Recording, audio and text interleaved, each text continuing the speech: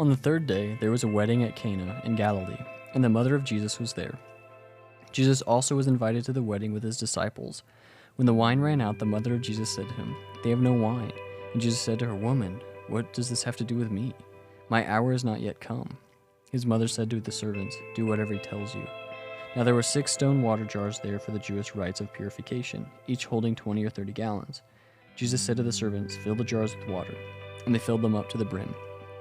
And he said to them, "Now draw some out and take it to the master of the feast." So they took it. When the master of the feast tasted the water now become wine, and did not know where it came from, though the servants who had drawn the water knew, the master of the feast called the bridegroom and said to him, "Everyone serves the good wine first, and when people have drunk freely, then pour the bad wine. But you have kept the good wine until now." This is the first of his signs. Jesus did at Cana in Galilee and manifested his glory, and his disciples believed in him. After this, he went down to Capernaum with his mother and his brothers and his disciples, and they stayed there for a few days. The Passover of the Jews was at hand, and Jesus went up to Jerusalem. In the temple he found those who were selling oxen and sheep and pigeons and the money changers sitting there.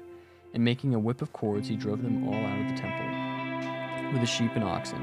And he poured out the coins of the money changers and overturned their tables. And he told those who sold the pigeons, "Take these things away. Do not make my Father's house a house of trade."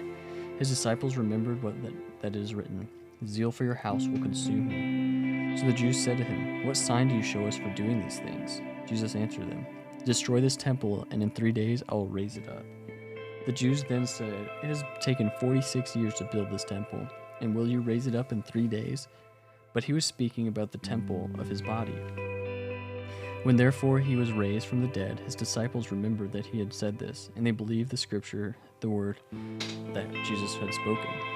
Now he was in Jerusalem at the Passover feast. Many believed in his name when they saw the signs that he was doing. But Jesus on his part did not entrust himself to them, because he knew all people, and needed no one to bear witness about man, for he himself knew what was in man.